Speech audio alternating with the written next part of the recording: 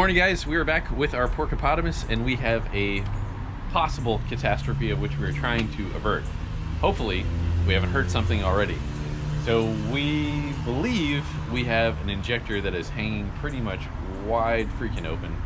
And we're going to give you a rundown on how we arrived at that conclusion and how we're going to fix it. We're in my driveway. We had a little issue with this, and this has been running a little bit funny lately, and it's been really a pain in the butt. So we have some E85 in it right now, and all of a sudden it started running really rough. It was really hard to fire up. I looked at my data logger, and the fuel pressure, the commanded fuel pressure versus actual, was very low, but the injector duty cycle is really high. So there's an algorithm there that is, the lower the fuel pressure, the more it tries to pump up the injector. It's a pretty logical algorithm.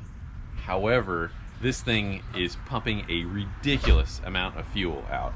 So much so, it's like, it's really making clouds of smoke, and we had about a 5-foot puddle of fuel coming out the collector yesterday when we were trying to get this thing to the shop. You can also barely breathe inside of it.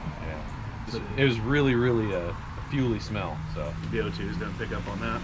DO2s did. They were trying to pull as much fuel away as possible. But again, if you have, you know, a pressurized system and you have something that is springing a leak, your pressure's dropping way down, and that's what I was seeing. We got to figure out what to do. So we think that we might have a potential hydrolock issue. So what we're after right now is, how do you solve this issue if you absolutely have to move the vehicle and you have an injector that's wide open? We don't even know which one it is. Pull the plugs and spin it over first. Just make sure that we don't have any fuel that's, I mean, we don't know if the injector is partially stuck or if it's wide open stuck. I mean, if our combustion chambers are only like 68 cc's, 68 cc's is, I mean, it can do that, just peeing out all that fuel if one injector is still going. So it's like, it's a very dangerous situation. We got to figure out how to fix it. The worst one so far appears to be, so that'd be 2.4, so 4. So here's the other scenario too. Like, what if we get a fuel pump issue?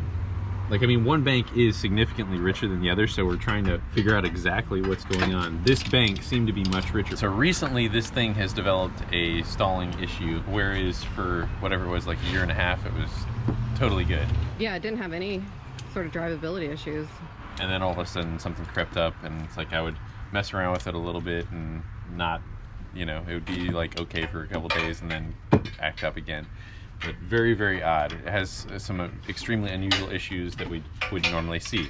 This could explain some of that. Like, when it would stall, the fuel pressure would dive down, but it didn't really seem like it was that different from the commanded. So the oil's not fueled down and like gray or white looking at all.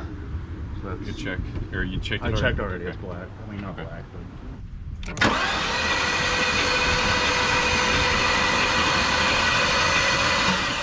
Again, Jeremy? Oh, goodness. Come over here. Wow, yeah, I see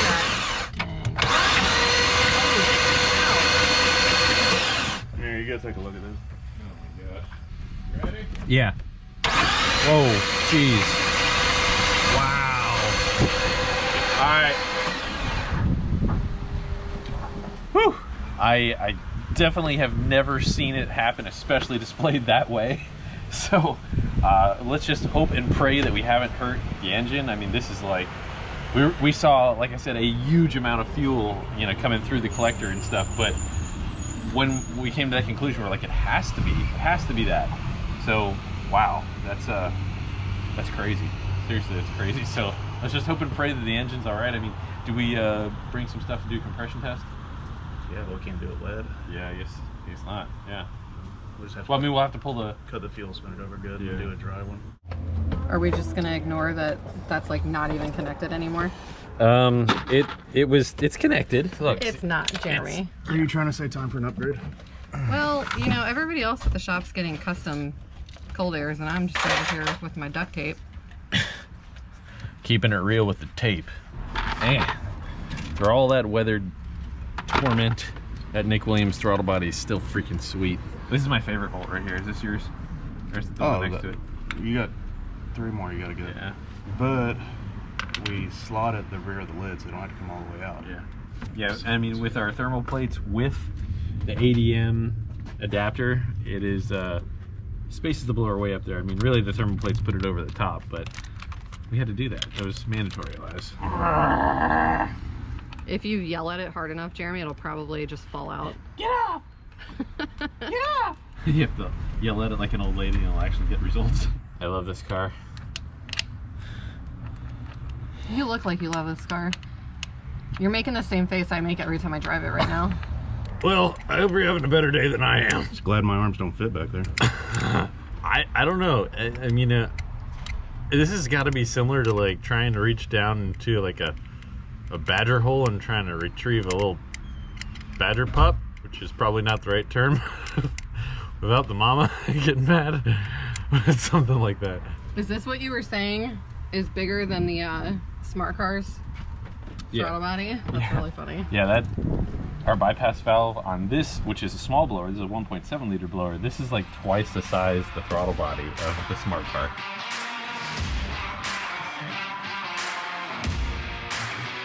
Ready? Straight towards the camera. Hey, there it is. Found it. We can tell we've had this off and on like about a dozen times, you know, because this poor firewall is so messed up. It's just tattered. Stuck wide open. That is, I've never seen that before.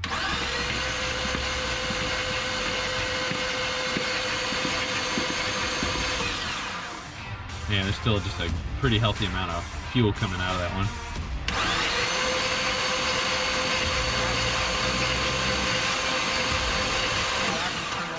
We could only get one, so we had to travel all the way up to Ocala, and that was about an hour, hour and a half away or so. Grab that injector, and now we're finally ready to replace them. Wish we could do all of them. We definitely don't want to have this type of scenario again. Well, let's start putting this thing back together, man. And apparently the wife really would probably like to replace the duct tape a little bit. It might be I've time. got white duct tape in my tool bag. White? We got to put something on there. Still has to be duct tape, just new duct tape.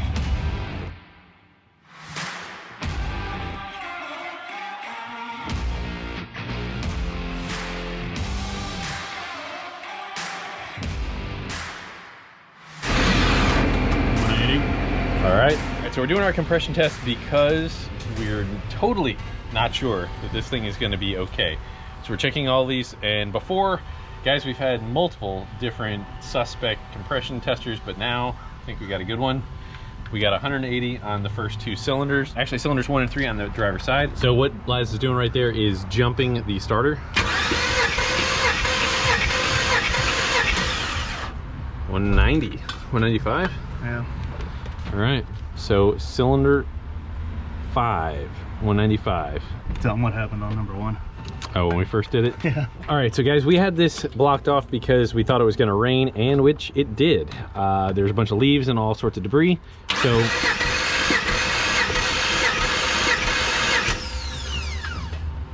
was it 185? About that? 5, yeah. All right. Well, because this was covered, of course, we did not get anywhere near the compression of what we thought. We thought we had 50 in there. Like, man, that's another gauge issue. Oh no. And then I poked a hole in it because we noticed that it was holding some pressure, so Drastically went up. yeah, it went up.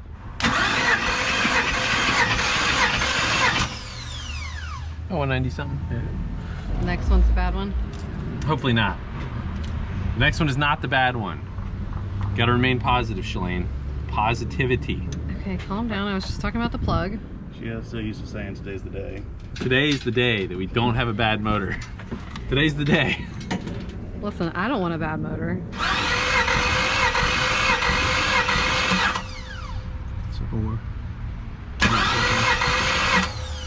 Not as good.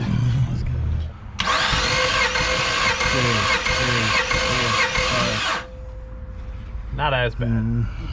It's not as good. 150 is not 185. No. Here's a couple things. That cylinder's been washed down. Most definitely. You know, the rings are really clean on that one.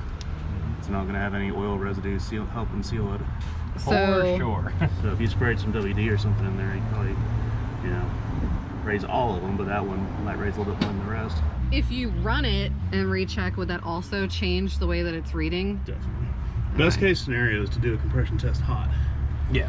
And my hand's in between two primary runners right now, so that's never a fun thing to do. Ready?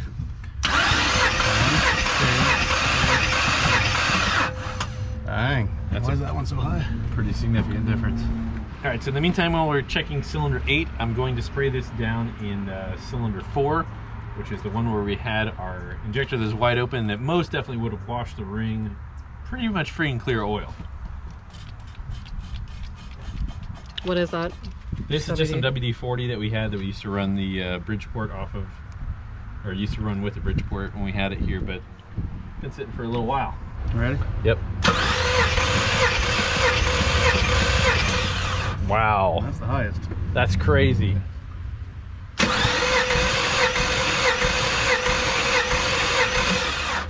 It's better. That was like 7 though, wasn't it? Moderately. Let's do it one more time. We should drop some coolant down in there. Ready some more? Oh. Did you say drop coolant in there? Yeah, he did. Right, if you're gonna put that much in there, you might want to pull a hose out and let me spin it over or something. It sounded good. That's way better. Okay, Ooh, so that's liquid. Is that encouraging. 4 or 5? First one went up so quick. Yeah, it did. That's fine. Woo! Maybe. Hallelujah! It might be okay. Yay! You don't want to put a motor in this thing, do I you? don't want to be down a car. But honestly, that's really, really cool to watch. So You guys just saved Christmas. yay! Saved Christmas. All right, so guys, bear in mind from what you just saw a little earlier about how this thing was puking out so much fuel when the fuel injector was wide open. Okay, we could have had a cracked piston. We could have had a cracked block. I mean, we're not totally in the free and clear yet, but it is definitely looking a ton better here and now. So we had dried out all the oil, and now we just put in oil, and it took a little while. You know, this is just WD-40, this is not motor oil.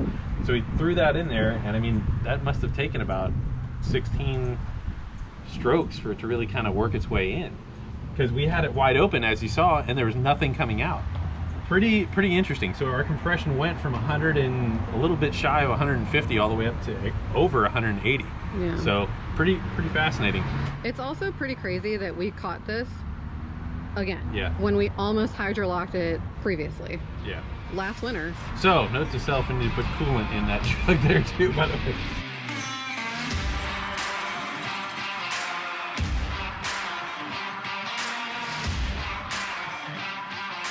Well guys, we got everything just about back together except for our tank.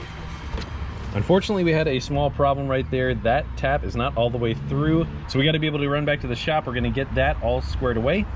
However, the blower is on, everything is nice and tight and torqued, and as you can see here is our duct tape still once again. If you guys haven't, this whole duct tape thing between my wife's car has gone way back. When we put this 4.5-inch cold air intake on here, which we adapted from a CTSV, this is plastic and this is aluminum, and it's kind of just been that, you know, thing that's on the back burner, never ever totally got finished. It's always been a joke. She's always wanted that repaired, and I have always kept her from actually having that repaired. Really, it's one of those things that you just always forget about. It's on the back burner. It's one of those last things, don't address it until it's really a problem. So anyhow, we replaced it with some white duct tape. It's extra ugly, but let's fire this thing up, make sure everything's working in good order. All right, go ahead and fire it up.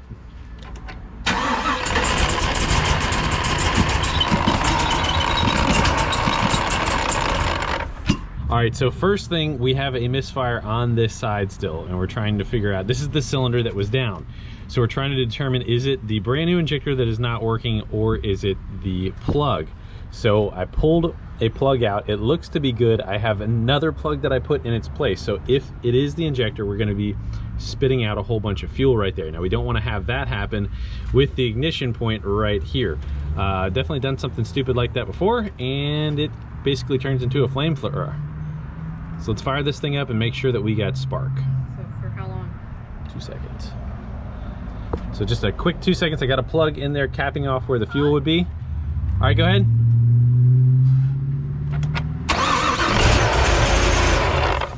All right, we got no, hold on just a second here. Does not appear as though we have spark either. Fired up. All right, we're good. Works good. All right, so moving on to the injector test. I'm trying to determine if that brand new injector is working or not. All right, so babe, go ahead and fire it up, give it 2 seconds, and then shut her down. We got no fuel out of there, and the injector is plugged in. So before we should see some sort of fuel coming out of there. At the moment, that does not look good. All right, so we just fired it back up, even though the injector did not look like it was firing whatsoever, okay? None of this makes any sense to me unless it just took a while for that injector to start working, because this is now, it had now been running for about a minute, unplugged, and then it just seemed to start to work. I have no idea how that's working. You can see we got a little bit of smoke coming up where that header has now started to heat up. We had our hands on everything, moving our plugs and all that. But here, I'm turning on the light here. Hopefully you guys can see that. Old school test here. You see the water is burning off really, really quick on that header. Well, that one's working now. That was our cylinder that it was not working. Just a moment ago, I had sprayed that on there and it was not burning off the water. It was not boiling off the water. All the other cylinders seem to work. That's kind of an old school test that you guys can do to see if it's actually firing or not. Now, I don't have my computer here with me. This had kind of taken us by surprise when this happened and I didn't have it. But that's what I got now. So I went through all the troubleshooting and it seems to work. Praise the Lord, hallelujah, Merry Christmas. Still got some things that we got to tie up. Obviously, we got to be able to get that tank on there. Got some other areas that got a little broken vacuum tee right here. And the best we can do, since we don't have anything, is tape it up. So guys, we're gonna get this thing back to the shop, and I hope some of this, you might get some tips from this, might be able to help you if you're in a pinch. So guys, thanks for watching. God bless you. We'll see you next episode.